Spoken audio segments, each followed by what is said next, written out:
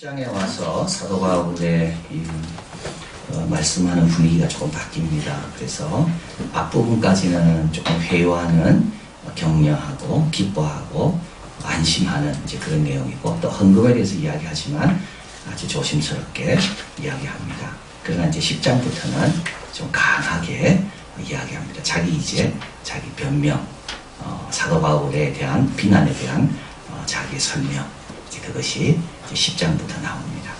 사도 바울을 향한 비난이 여기 있죠. 1절에 너희를 대하여 대면하면 겸비하고 떠나 있으면 담대한 나 바울은, 이제 요게 아주 중요한데요. 왜냐하면 성경 공부를 안 하면 이게 무슨 뜻인지 오해하기가 쉽습니다. 이 말은 사도 바울을 향한 모함하는 걸 사도 바울이 인용하고 있는 겁니다. 이게 진리가 아니죠. 이게 바른 게 아니라는 겁니다. 사도 바울을 향해 고린도 교회 교인들이 뭐라고 비난하는가 하면, 사도 바울은 떠나서 편지 쓸 때는 세게 쓰면서 왜 만나면 제대로 말을 못하나? 이게 사도 바울을 향한 비난입니다. 이 비난은 인용하고 있는 거예요. 그래서 이게 원리인가 그러면, 대하면 겸비하고 떠나 있으면 담대한 게 이게 원리인가? 원리가 아니죠. 그래서 이제 이런 성경 공부를 안 하면 이단들이 이런 것 갖고 막 이야기할 때 그런 줄 알고 넘어가는 거예요. 이거는 사도 바울에 대한 비난을 사도 바울이 그대로 인용하는 겁니다. 너희들이 나보고 뭐라고 이야기했지? 그런 나는, 뭐 이런 말입니다. 인용하는 거죠. 실제로 안 그렇지만 너희들이 그렇게 말하고 있는데 좋다. 그래. 그러면 그런 나는 이런 말입니다. 말과 글이 다르다. 직접 말할 때, 간접 말할 때가 다르다. 또 3절에 육체로 있어 행하나 육체대로 싸우지 아니한다. 사도 바울을 육체로 자꾸 판단하려고 하는 겁니다. 뭐가 좀 육체적인 어떤 눈에 보이는 가시적인 역사가 안 일어난다. 그죠? 막 병도 고치고 막 이래야 되는데, 뭐 그런 건 전혀 안 일어나는구나. 이게 이제 육체대로 싸운다는 것은 그 뜻입니다. 그러니까 사도 바울을 비난하는 게 뭐냐면, 사도 바울은 왜 아무 역사를 못 일으키는가? 이런 거죠. 그리고 또 너희는 외모로만 보는도다. 사도 바울은 외모로 보기에는 별로 걸릴 것이 없다. 그래서 이런 비난이 사도 바울을 향해 있습니다. 어떻게 해야 될까요, 여러분? 우리도 교회 일 하다 보면 뭐 말이 많습니다. 일 안 하면 말 없다고 그랬잖아요. 일하다 보면 말 많습니다. 그래서 스펄전 목사님 뭐라 그랬죠? 입을 못 막고 뭐를 막으라고요? 귀를 막아야 돼요, 귀를. 이 말 듣고 흔들리면 그 정도 갖고는 안 돼요.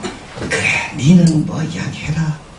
나는 그래도 하나님 주신 말씀대로 하고, 지나고 나면 다 알게 될 거니까 그냥 하는 겁니다. 그냥 사도 바울이 육체적으로 왜 아무 능력도 안 하겠냐 했다고 사도 바울이 그거 듣고 하나님 나에게 왜 이런 능력을 안 주십니까? 라고 기도한 적이 없습니다. 사도 바울은 다른 사람이 뭐라 이야기할 때 그거 듣고, 그죠? 그거 마음에 상처로 가지면서 하나님 나는 왜 이런 식입니까? 라고 이렇게 하지 않았다는 겁니다. 여러분, 말은 다 듣게 되어 있습니다. 저 말 듣는 것 갖고 자꾸 우리가 주저앉으면 아무것도 못합니다. 이 말 들어도 저 말 들어도 그냥 감당하는 거예요. 그리고 또 말할 때도 조심해야 되는 거죠. 사도 바울을 향해서 이런 말을 할 수가 있는 겁니까, 지금? 사도 바울 같은 이런 정말 신약 성경을 13권이나 적었습니다. 우리가 이제 특별 새벽기도 사도 바울에 대해서 배우게 되는데요. 신약 성경을 13권이나 적었어요. 하나님이 사도 바울을 얼마나 믿었으면 사도 바울에 쓴 편지가 두고 모든 교회가 읽고 묵상하고 따라야 될 것으로 하나님이 그렇게 구별하셨겠습니까? 그런 사람인데도 비난을 한다니까요. 그러니까 우리도 조심해야 돼요. 말하려면 어떻게 하라고요? 하나님 말씀하는 것처럼 하라는 거예요. 말하려면 안 그러면 말하지 말라는 거예요. 야고보서에 말하잖아요. 한 입으로는 찬송이 나고 어떻게 한 입으로는 같은 입으로 저주가 나냐? 샘이 같다면 그 샘에서 어떻게 쓴물을 내고 땀물을 내냐? 그게 교회 생활하면서 이거 하나만 우리가 잘 극복하고 이겨도 정말 하나님 영광 드러냅니다. 여러분, 말 제발 좀 함부로 하지 마세요. 말하고 싶으면 어떻게 해요? 하나님 말씀하는 것처럼 하라고. 정말 말 조심해야 되고, 또 아무 말이나 들어도 흔들리지 말아야 되는 거예요. 그 사람은 그 말해놓고 아무 신경도 안 쓰는데 내 혼자 그냥 그 들은 거 가지고 끙끙 앓고 하던 일도 그만두고, 그래가지고 무슨 하나님 일을 하겠습니까? 하나님이 다 인정하시잖아요. 사도 바울을. 사도 바울이 능력도 행하지 않았다고 사람들이 이야기하고, 외모가 왜 그러냐고 이야기하고, 왜 그런데 이게 만나면 그렇게 하냐고. 그렇게 해도 하나님께서 사도 바울의 그 편지를 13권이나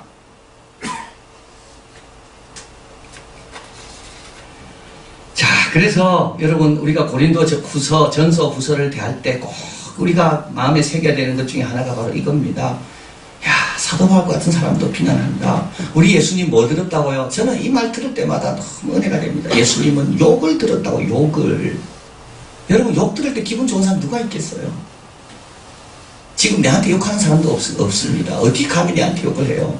근데 예수님은 그런 욕을 들으셨다고요. 그렇다고 가는 길을 멈췄습니까?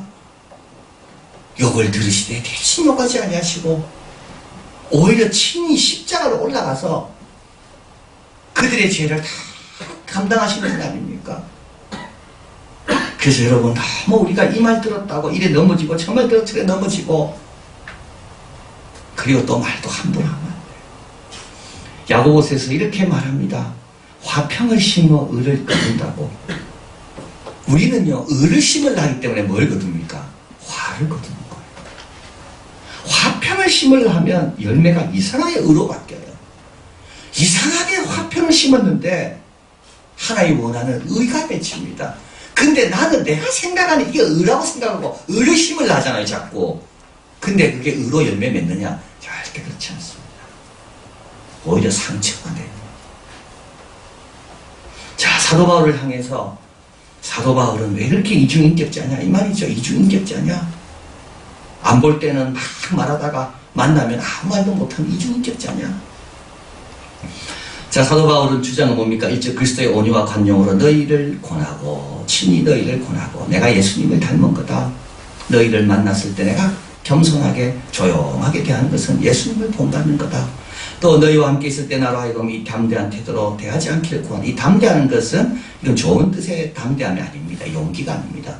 거친 걸 이야기하는 겁니다. 험악한 걸 이야기하는 거예요. 그러니까 사도 바울은 만나서 험악하기 전에 미리 편지로 다 준비시키려고 그렇게 했다는 겁니다. 대면해서 험악하면 얼마나 힘들겠어요. 그래서 사도 바울은 그 대면하기 전에 미리 글로 기회를 줬다 이 말입니다. 그래서 사도 바울이 만났을 때와 글이 다르다는 겁니다. 또 4절에 우리의 싸우는 병기는 육체에 속한 것이 아니오 오직 하나님 앞에서 경건진을 파하는 강력이라. 자, 누가 능력 있는 사람입니까, 여러분? 누가 제일 영적으로 실력 있는 힘 있는 사람입니까? 순복하는 사람입니다. 순복하는 사람입니다. 자기 마음대로 하는 사람은요, 자기를 못 다스리는 사람이에요. 누가 진짜 최고의 실력자인가? 뭐 병 고치고 뭐 이런 사람이 아닙니다. 최고의 실력자는요, 아버지의 뜻에 자기를 꺾을 수 있는 사람이 최고의 영적 실력자입니다. 경건지는 누구 앞에서만 무너지는가 하면 순종하는 자 앞에서 무너지는 거지. 막 능력 행하고 막 뭐 사람들에게 인기 좋고 속지 않아요. 사람들은 속습니다. 사람들은 겉모습 보고 와, 저 사람 저 대단하다. 그러나 하나님 앞에 무너져야 될 이 견고한 지는 속지 않습니다. 끄떡하지 않습니다. 오히려 비웃고 있습니다. 누가 진짜 강할까요? 겉사람은 후피하나 뭐라고요? 속사람은 날라스럽도다. 겉사람 갖고 승부하는 게 아니더라고요. 겉사람 갖고 이기는 게 아닙니다. 과연 속사람으로 이기는 겁니다. 그래서 소망이 있습니다. 나이가 들어도요. 힘이 없어도요. 그래서 우리는 언제든지 승리할 수 있는 것. 우리의 싸우는 병기는 육체에 속한 것이 아니다. 우리의 무기는 육체가 아니다. 내 힘이 아니다. 오직 하나님 앞에서 경건진을 파하는 강력이 있다. 이건 육체에 달려있는 게 아니라는 겁니다. 자, 우리의 싸움은 뭐냐면 모든 이론을 파하며 이 싸움의 대상은 사상입니다. 이론에 있습니다. 사람에게 있지 않습니다. 잘못된 이론에 속고 사는 사람들입니다. 이 생각이 바뀌도록, 자세가 바뀌도록 우리가 기도하는 겁니다. 우리가 자녀를 위해 기도합니다. 여러분, 자녀가 생각이 바뀌도록 기도해야 되는 거예요. 문제는 생각에 있는 거고 자세에 있는 겁니다. 육체에 있는 게 아닙니다. 건강하면 뭐 하겠어요? 생각이 병들어 있는데. 그래서 항상 조심해야 될 것은 이론입니다. 어떤 우리가 속고 사는가 하면요, 십자가는 무거운 것이라는 이론입니다. 십자가는 무거운 거다. 야, 십자가 안 지어야 된다. 이게 다 속는 거죠. 십자가 안 지면 뭐 지겠습니까? 십자가 안 지면. 십자가도 있으니까 신앙생활하는 거지. 또 잘못된 순종은 필요가 없다는 거. 내가 스스로 결정하고 판단하는 게 최고라는 거. 보이는 것만 실제라는 거. 이게 전부 잘못된 이론이에요. 이 이론들이 어떻게 돼요? 파해져야 되는 거예요. 근데 누구에 의해서 파해진다고요? 순종하는 자입니다. 육체로 싸우는 자가 아닙니다. 그 다음에 또 두 번째 보면 하나님 아는 것을 대적하여 높아진 것을 파하고, 모든 생각이 다 나쁜 건 아니죠. 좋은 생각도 있습니다. 그러나 스스로 하나님처럼 여기는 겁니다. 지성인들의 생각이고 하나님에 대해서, 말씀에 대해서 함부로 생각하는 자들. 구원이 필요 없고 스스로 할 수 있다는 것. 보이지 않는 것보다는 보이는 게 더 중요하다는 것. 말씀보다는 이성이에요. 자, 그리고 마지막으로 모든 생각을 사로잡아 그리스도에게 복종케 하는 싸움의 목적입니다. 그리스도를 주로 섬기게 하는 것, 그분의 통치에 들어오게 하는 겁니다. 자, 그런데 우리가 사실은 세상의 이론과 사상에 비하면 우리가 가진 게 별로 없습니다. 우리는 뭐 철학을 공부한 적도 별로 없고, 현대 문화 사주에 대해서 그렇게 연구한 것도 없고, 그런 사람을 만났을 때 또 우리 아이들의 생각과 가치관과 이런 것들을 바꿔야 될 때 내가 어떻게 해야 될까? 누가복음 21장 가봅니다. 같이 한번 읽어봅니다. 이 모든 일 전에 내 이름으로 말미암아 너희에게 손을 대어 박해하며 회당과 옥에 넘겨주며 임금들과 집권자들 앞에 끌려가려니와 이 일이 도리어 너희에게 증거가 되리라. 그러므로 너희는 변명할 것을 미리 궁리하지 않도록 명심하라. 내가 너희의 모든 대적이 능히 대항하거나 변박할 수 없는 구변과 지혜를 너희에게 주시리라. 그렇죠? 하나님 주시면 궁리하지 말아라. 미리 염려할 필요 없다는 거. 그때가 되면 어떻게 해요? 어느 누구도 변박할 수 없는 구변과 지혜를 줄 거라는 거. 자, 그런데 이게 실제로 일어납니다. 사도행전 4장에 가봅니다. 그들이 베드로와 요한이 담대하게 말하고 그들이 본래 못 없다고요? 학문이 없는 범인인 줄 알았다가 이상히 여기며 또 전에 예수와 함께 있던 줄도 알고 또 나 병나은 사람이 그들과 함께 있는 것을 보고 비난할 말이 없는지라. 사내들인 회원하고 지금 베드로가 지금 토론을 벌입니다. 사내들인 누구죠? 최고의 지성인들입니다. 당시에 유대인들은 머리 좋거든요. 근데 거기에 상위 1%가 똑똑한 사람들. 근데 베드로가 그들을 이깁니다. 자, 예수님 약속 그대로 온 거죠. 모든 이론을 파하고 하나님의 대적하여 높아진 것을 무너뜨리고, 그리고 그리스도께 생각을 사로잡아 복종케 한다. 그냥 됐을까요? 아닙니다. 세 가지입니다. 우리가 하려는 첫 번째, 말씀에 익숙해지는 것. 말씀을 알아야 돼요. 말씀. 베드로가 놀았습니까? 안 그랬습니다. 베드로가 딴 거는 잘 몰라도 말씀은 잘 알았습니다. 다윗 손에 들려진 물맷돌, 진리의 말씀. 말씀은 검이라 되어 있습니다. 말씀을 잘 알아야 됩니다. 그죠? 말씀. 그래서 말씀은 이제 물맷돌이라고 했습니다. 물맷돌은 그 순간에 들라 하면 안 돼요. 그 순간에는요, 던져봤자 안 맞아요. 평소 자꾸 연습을 해놔야 돼요. 평소. 말씀을 자꾸 듣고 잊어버리면 안 되죠. 또 반복해보고 또 반복해보고 말씀을 자꾸 듣고, 그러면 나중에 이 순간에 왔을 때 그때 들었던 말씀으로 구변과 지혜가 그 말씀의 기초에서 나온다는 겁니다. 말씀을 자꾸 들어요. 그리고 하나님은 그냥 말씀 주시는 경우는 없습니다. 필요하기 때문에 다 주시는 겁니다. 백병원에 가가지고 신방할 때든지 또는 뭐 건강검진 받을 때든지 백병원 가보면 기계들이 많습니다. 비싼 기계들. 나는 필요 없어요. 근데 언젠가 내가 아프면 그게 다 필요한 거. 그래서 갖다 놓은 거. 그래서요, 제일 계속 그 기계는 언제라도 누구라도 아픈 사람이 왔을 때 그 앞에 섰을 때 기계가 제대로 작동하도록 계속 관리해야 됩니다. 하나님이 주신 말씀들이 마치 그와 같습니다. 지금은 필요 없는 것 같아요. 그러나 언젠가 골리앗 앞에 딱 서게 될 거예요. 문 맷돌로 익숙하게 만들 거예요. 그래서 우리는 말씀으로 싸운다 되어 있거든요. 그래서 말씀을 알고 있어야 됩니다. 말씀을. 그 다음에 두 번째는 주님의 권세를 강구하는 겁니다. 기도해야 됩니다. 주께서 주신 권세는 이건 구하면 주시는 거 아닙니까? 주께서 주셨다 되어 있거든요. 구하는 이마다 받을 것이요.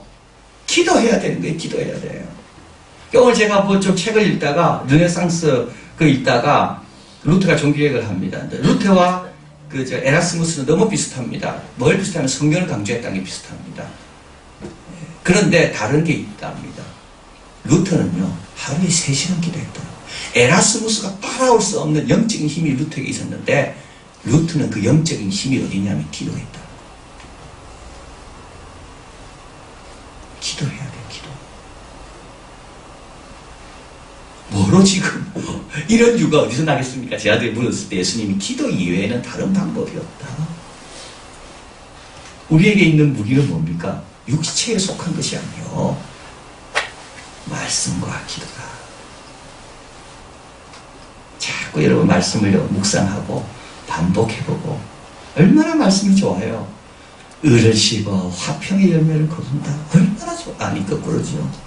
화평을 심어 을을 거둔다. 얼마나 좋아요. 얼마나 좋아. 네. 그 말씀을 자꾸 묵상하면 얼마나 좋은가요, 이게.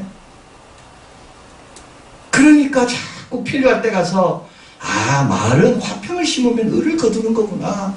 근데 우리는 을을 심으려기 때문에 화평도 깨지는 거구나. 그 말씀 가지고 얼마나 참 놀라운 거를 우리가 선물로 줄 수가 있습니까? 여러분을 만난 사람이 좀 수지 맞아야 되는 거예요. 제가 이 월요일날 가서 강의를 하면서 크리스찬 CEO들에게 제가 그런 말 했습니다. 여러분, 저 만나고 오늘 수지 맞았다고.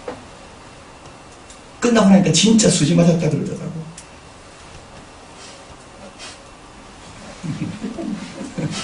겸손한 자에게 큰일을 주신다. 근데 다 제가 하나님 말씀이 자꾸 생각나니까, 그러니까 그분들이 수지 맞았죠. 거기서 내가 쓸데없는 이야기하고 준비도 안 된 거 이야기하고 그들의 영혼 깊숙한 곳에 뭔가 무거운 걸 주는 걸 이야기했으니까 그분들이 수지 맞은 거지. 그러지 않고 그냥 비상적으로만 해가지고. 근데 무게는요, 말씀에 있더라는 거죠. 무게는 말씀에 있어요, 무게는. 근데 그 말씀이 어디에 와야 되는지는 늘 말씀을 묵상하고 깨어 있어야만이 그 말씀을 요때 딱 사용하게 되는 겁니다.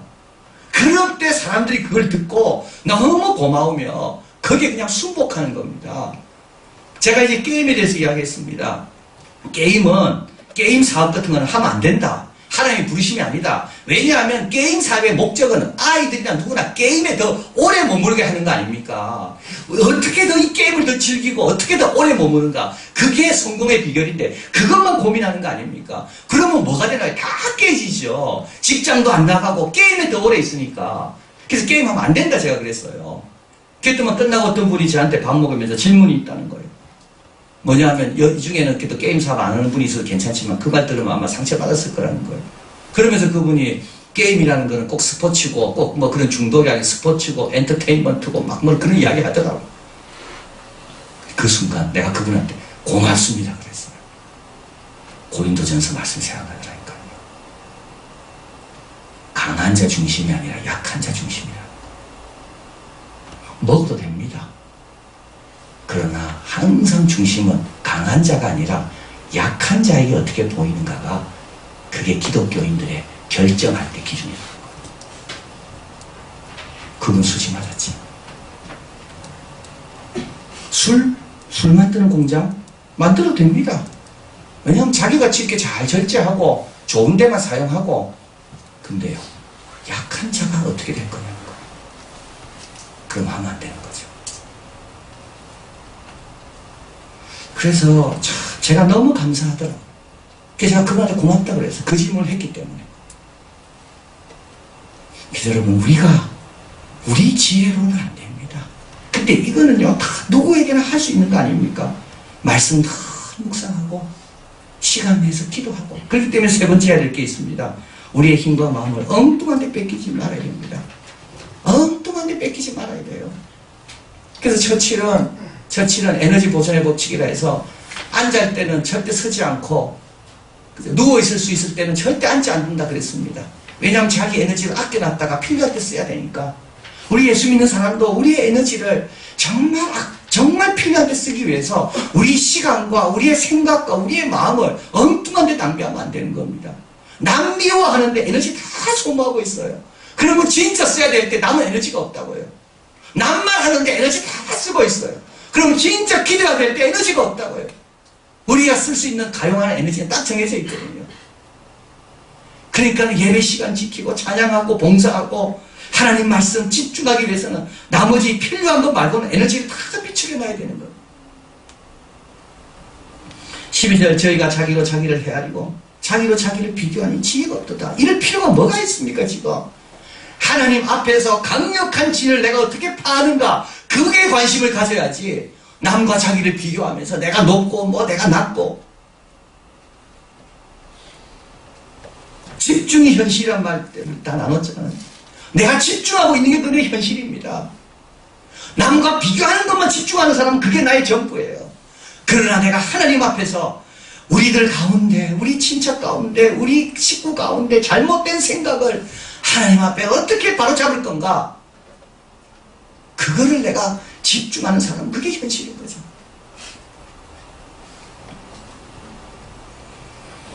자, 그래서 우리는 조금 삶을 좀 이렇게 가지치게 할 필요가 있고요. 가지치게 할 필요가 있습니다. 그리고 잠도 잘 자야 됩니다. 잠자는 시간 걱정하지 마세요. 염려하지 마세요. 왜 그 귀한 시간을 그걸로 뺏깁니까? 그래서 왜 그 귀한 시간을 푹 자야지 그 다음에 일어날 거 아닙니까? 근데 왜 그 시간 염려한다고, 고민한다고, 나에게 상처 준 사람, 그 사람 막 생각한다고 화가 나서 잠도 못 자고, 주님께 다 맡기고, 에너지 보존의 법칙, 에너지 보존의 법칙.